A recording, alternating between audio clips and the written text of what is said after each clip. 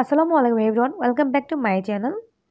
আজ আপনাদের সাথে শেয়ার করব এইখানে বেলভেট সুতা দিয়ে অ্যাডাল্ট একটি ক্যাপ তৈরি বা টুপি তৈরি। শীত যখন আসছে তখন এই টুপির জুড়ি নেই। চলুন দেখে নেওয়া যাক কী কী লাগছে। প্রথমে আমি এখানে বেলভেট সুতা নিয়েছি। এইটা আমার এলাকা থেকেই কেনা। এটা বিভিন্ন অনলাইন পেজে যেমন সুতা কালেকশন, আরও সোনিয়া আপু আছে, অনেক তামান্না আপু আছে, তারা সেল করে থাকে। তাদের কাছ থেকে আপনারা কিনে নিতে পারেন। সব পেজের দাম এক না, এক এক জায়গায় এক এক ধরনের দাম। আর এখানে আমি নিয়েছি 4 নাম্বার এবং 3.5 নাম্বার কাটা। এই দুটি কাটা দিয়েই কাজ করা যায়। এটা আমার মোটা যেটা আমার সুতা সেইটা। এইটার মধ্যে টাইপ দুইটা আছে, একটা মোটা একটা চিকন। আমি আজকে মোটা সুতা দিয়ে কাজ করব। সেই জন্য আমি এখানে 3.5 নাম্বার বা 4 নাম্বার যেটা দিয়ে করতে পারি, কিন্তু আমি 3.5 নাম্বারটাতে করব, কারণ এখানে আমি সেলাইগুলা খুব মিহি করে দিতে যাচ্ছি। আমি যদি 4 নাম্বার কাটা দিয়ে করতাম তাহলে সেলাইগুলো বড় বড় হতো, আর এখানে আমি 3 নাম্বার দিয়ে করব, এই জন্য আমার সেলাইগুলো একটু ছোট ছোট হবে। কাটার মধ্যে পার্থক্য এইটুকুই। কিন্তু এর যে যদি আমি আরও নিচে নামি, যেমন মনে করেন আমি 3 নাম্বারে নামি, তাহলে কিন্তু আমার এটা কাজ করতে কষ্ট হবে, বারবার কাটা থেকে খুলে আসবে। আর যদি এর চেয়ে বড় করি তাহলে কিন্তু আমার এই কাজগুলোর ফিনিশিংটা সুন্দর আসবে না। সেই জন্য কাটা নির্বাচনও একটা আর্ট। সঠিক কাটার মাধ্যমে কাজ করলে আপনার কাজের ফিনিশিং অনেক সুন্দর হবে। কাজের গুণগত মানের জন্য অবশ্যই কাজের ফিনিশিং ভালো হতে হবে। এখানে প্রথমে আমি 6টি চেন নিয়ে নেব। 6 থেকে 7টি চেন নিলেই হয়ে যাবে। এরপরে প্রথম যে চেনটি করেছিলাম সেই চেনের মধ্যে আমি এখন স্লিপ স্টিচ দিয়ে লক করে দেব।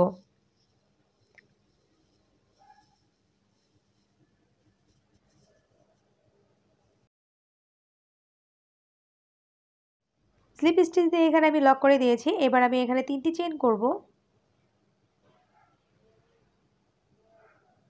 তারপরে এই যে রাউন্ড সার্কেলটি আছে, এই রাউন্ড সার্কেলটির মধ্যে আমি এখন এভাবে ডাবল ক্রোশ করব।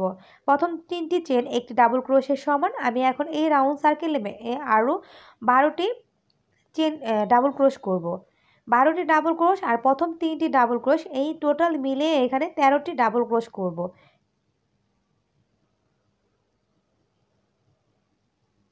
আমি যদি এখানে 4 নাম্বার কাঁটাটা ব্যবহার করতাম তাহলে কিন্তু আমার এখানে বুননটা একটু বড় হতো আর একটু ফাঁকা ফাঁকা হতো।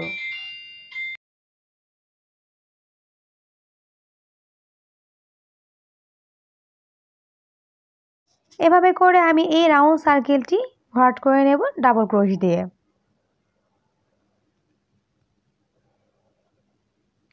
এভাবে করে আমি এটা ভরাট করে নিয়েছি। দেখুন সম্পূর্ণ ভরাট করা হয়ে গেছে।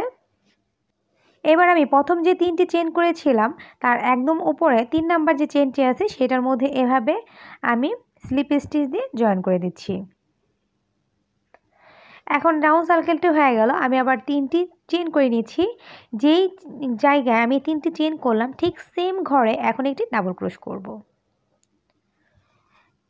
2টি ডাবল ক্রোশ করলাম একই ঘরে এবং পরবর্তী ঘরে চলে যাব, আর সেখানেও আমি 2টি ডাবল ক্রোশ করব একই ঘরে।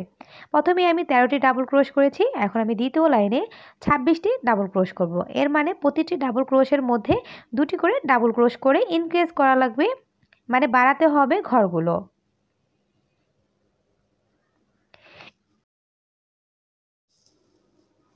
আর যারা এখনও এই কাজগুলো ভালো মতো পারেননি তাদেরকে রিকোয়েস্ট করব আপনারা প্রথমেই প্লিজ দয়া করে আগে এখানে বেসিক যে কাজগুলোর ভিডিও আছে সেগুলো দেখে নিন, তাহলে ডাবল ক্রোশ, সিঙ্গেল ক্রোশ, স্লিপ স্টিচ সবগুলো ভালো মতো বুঝতে পারবেন।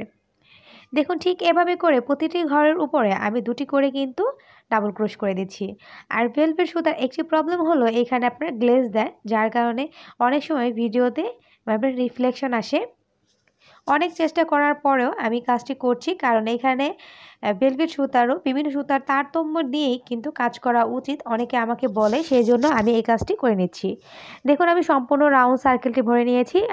এখন আমার এইখানে প্রথম যে 3টি চেন ছিল সেই 3 নাম্বার চেনের মধ্যে স্লিপ স্টিচ দিয়ে লক করে দেব। আর অবশ্যই কাজ করার সময় গুনে গুনে কাজ করবেন যে আপনার ঘরগুলো ঠিক আছে কিনা। প্রথমেই 13টা নিয়েছি, তারপরে উপরে হয়েছে 26টা। যদি 26টা না হয় তাহলে বুঝতে হবে আপনার কাজে ভুল হয়েছে। দেখুন এটা কিন্তু হালকা একটু কুঁচকে আসছে। এখন আমি এইখানে আবার 3টি চেন করলাম এবং সেম ঘরে একটি ডাবল ক্রোশ করলাম। আবারও আমি এক ঘরে জোড়া করলাম। এবার আমি পরবর্তী ঘরে যাব। এখানে গিয়ে আমি একটি ডাবল ক্রোশ করব।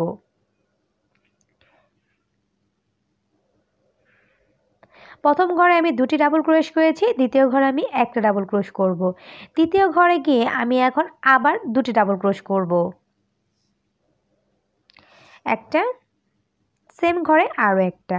তৃতীয় ঘরে দুইটা ডাবল ক্রোশ করার পর এবার আমি চতুর্থ ঘরে গিয়ে একটি ডাবল ক্রোশ করব।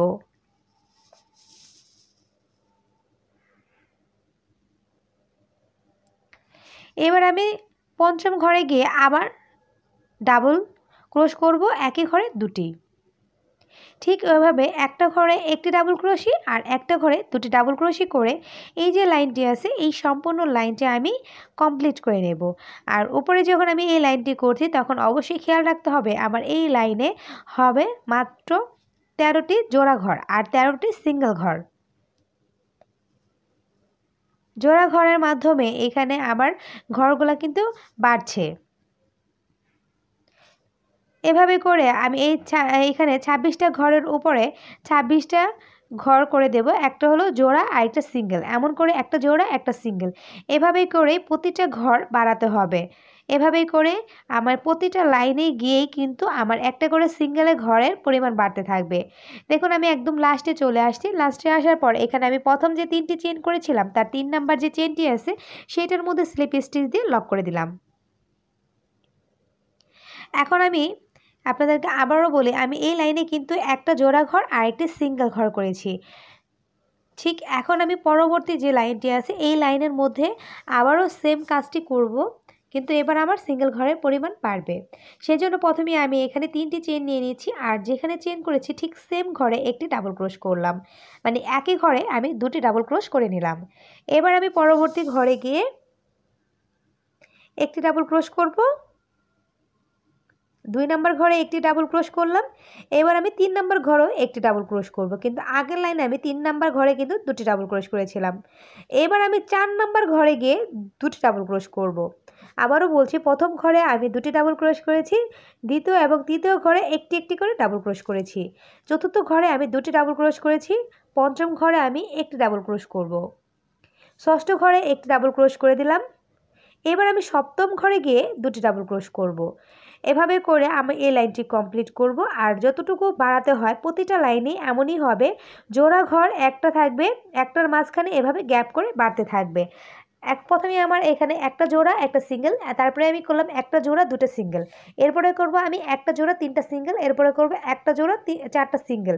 এভাবে করে সিঙ্গেলের ঘর বাড়তে থাকবে, কিন্তু জোড়া ঘর প্রতি লাইনে 13টাই থাকবে।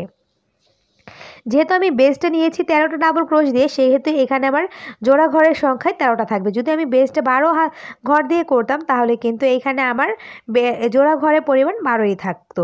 ঠিক এভাবে করে আমি 6 ইঞ্চি রাউন্ড করে নেব। এই প্রান্ত থেকে অপর প্রান্ত পর্যন্ত আমি 6 ইঞ্চি মেপে নিচ্ছি। দেখুন 6 ইঞ্চি কিন্তু এখানে হয়ে গেছে। যেহেতু এটা বড় মানুষের টুপি সেহেতু আমি এখানে 6 ইঞ্চি পরিমাণ নিয়ে নিচ্ছি। যদি আমার এখানে বাচ্চার এজ কম থাকতো, ছোট বাচ্চা থাকতো, নিউবর্ন বেবি থাকতো 4 বা 4.5, তারপরে একটু একটু করে এভাবেই বাড়তে থাকতো। 10-12 বছরের বাচ্চার জন্য 5, 5.5 পারফেক্ট, এবং বড় যারা অ্যাডাল্ট তাদের জন্য পারফেক্ট হলো 6।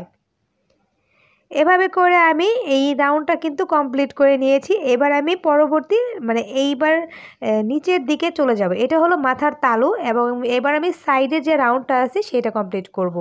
সেই জন্য এখানে আমি 3টি চেন নিয়েছি এবং প্রতিটা ঘরে এবার আমি একটি করে ডাবল ক্রোশ করব। আগে যে লাইনগুলো করেছি সেই লাইনে কিন্তু জোড়া ঘর ছিল 13টি করে, কিন্তু এখন কোনো জোড়া ঘর হবে না, এখন প্রতিটা ঘরে সিঙ্গেল একটি করে ডাবল ক্রোশ করে দেব। এটা খুব সিম্পল এবং নতুন না, খুবই ইজি একটা টুপি, যারা একদম নিউ এই কাজে তাদের জন্য পারফেক্ট। এভাবে করে আমি প্রতিটা ঘরে একটি একটি করে ডাবল ক্রোশ করে এই যে লাইনটি আছে এই সম্পূর্ণ লাইনটি কিন্তু আমি ভরাট করব। সেম ওয়েতে আমি এখানে ভরাট করে নেব। প্রতিটা ঘরে আমি একটি করে এভাবে ডাবল ক্রোশ করে দিচ্ছি।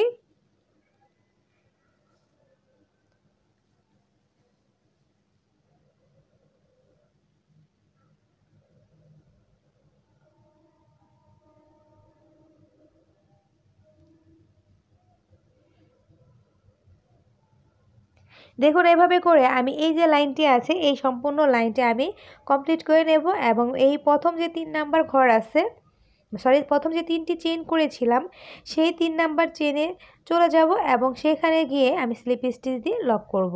দেখুন টুপিটা কিন্তু একটু কুঁচকিয়ে আসছে, একটু রাউন্ড হয়ে গেছে। প্রথমে একটু ফ্ল্যাট টাইপের ছিল, কিন্তু এখন কিন্তু দেখেন শেপটা কিন্তু একটুতেই চলে আসছে। আমি এক লাইন করেছি তাতেই শেপ চলে আসছে। যখন আমি লাইন ইনক্রিজ করতে থাকবো মানে বাড়াতে থাকবো ঠিক তখনই কিন্তু এখানে গোলটাও কিন্তু বাড়তে থাকবে। এখানে আমি 3 নাম্বার চেইনের মধ্যে স্লিপ স্টিচ দিয়ে লক করে দিলাম। এরপর আমি 3টি চেইন করব এবং আবারও আমি প্রতিটা ঘরে একটি করে ডাবল ক্রোশ করব। ঠিক এভাবেই করে প্রতিটা ঘরে একটিটা করে ডাবল ক্রোশ করে আমি এই যে রাউন্ডটি আছে এই সম্পূর্ণ রাউন্ডটি ভরাট করে নেব। আপনারা মাপ অনুযায়ী লম্বাতে আপনাদের ইচ্ছে অনুযায়ী কিন্তু এটা করতে পারেন। 4 ইঞ্চি, 5 ইঞ্চি, 6 ইঞ্চি যতটুকু আপনারা মনে করেন যে কতটুকু করতে হবে ঠিক অতটুকুই আপনারা এখানে রাউন্ড দিয়ে নিতে পারেন। কিন্তু আমি এই যে সাইজটা করছি সেটা বড়দের জন্য, সেজন্য আমি এখানে একটা মেজারমেন্ট আপনাদেরকে ফিতা দিয়ে মেপে দেখিয়ে দিব। দেখুন এভাবে করে আমি প্রতিটা ঘরের উপরে একটি করে ডাবল ক্রোশ করে এখন লাইন এভাবে করে বাড়িয়ে দেব এবং প্রতিটা লাইনেই একটা করে ডাবল ক্রোশ করে বাড়তে থাকবে। একটার পরে একটা, একটার পরে একটা করে লাইন বাড়তে থাকবে। আমি এখানে একটা লাইন ফুললি দেখিয়েছি, দ্বিতীয় লাইনটি আমি আর দেখালাম না কারণ খুবই ইজি একটা লাইন আর ইজি একটা ক্যাপ। এটা মোটামুটি যারা ক্রোশের কাজ পারে তারা সবাই পারে। দেখুন আমি একদম লাস্টে চলে আসছি, আসার পরে এখানে আমি একটু ফিনিশিংটা দেখিয়ে দিচ্ছি। সেটা হলো প্রথম যে 3টি চেইন করেছি সেখানে তো স্লিপ স্টিচ আমি দিয়েই নেব এভাবে করে। এখন আমি যদি সুতাটা কেটে ফেলি তাহলে কিন্তু এখানে ফিনিশিংটা হচ্ছে না, সেই জন্য আমি একটা চেইন করলাম। এখন একটু সুতা বাড়তি রেখে দেখুন এটা কিন্তু অনেক শক্ত, টান দিয়েও কিন্তু ছেঁড়া যাচ্ছে না, অনেক সময় হাতও কেটে যেতে পারে। এই জন্য আপনাদের অ্যাডভাইস করব যে আপনারা সব সময় কেচি বা কাটার দিয়ে কেটে নেবেন। এবার আমি বাড়তি সুতা রেখে কেটেছি, এখন ভেতরের দিকে এভাবে টেনে দিচ্ছি বাড়তি সুতোটুকু। যদি আপনারা এভাবে টানতে না পারেন তাহলে কোনো মোটা সুইয়ের মধ্যে সুতাটা ভরে নেবেন এবং এখানে সেলাই করে দেবেন। হয়ে গেছে, বাড়তি সুতাটুকু কেটে নিলেই হয়ে যাবে। এবার দেখুন আমি টুপিটা কতটুকু লম্বা করেছি। এবার আমি আপনাদেরকে লম্বাটা মেপে দেব। মাথার তালুর জন্য যদি এভাবে ভাঁজ করতাম তাহলে কিন্তু আমার এখানে মাপটা হতো 3 ইঞ্চি, কারণ এবার এ পাশ থেকে শুরু করে ও পাশ পর্যন্ত যেহেতু আমার 6 ইঞ্চি হয়েছে ঠিক সেহেতু এখানে আমার হবে 3 ইঞ্চি। আর 3 ইঞ্চি পরিমাণের পরে যেটুকু থাকবে সেটুকু হলো আমি নিচের দিকের জন্য লম্বা করেছি। এর মানে এখানে 6.5 ইঞ্চি আমি নিচের দিকে আবার বাড়িয়েছি। 6.5 ইঞ্চি এখানে আমি ঠিক সেম ওয়েতে ঘরগুলো করে নিয়েছি। দেখুন হয়ে গেল একটা সিম্পল একটি বড় মানুষের টুপি। আশা করছি আপনাদের ভিডিওটি ভালো লাগছে। ভিডিওটি ভালো লাগলে অবশ্যই লাইক কমেন্ট দিয়ে সাথে থাকবেন, সেই সাথে আমার চ্যানেলটি সাবস্ক্রাইব করে দিবেন। আসসালামু আলাইকুম, ধন্যবাদ।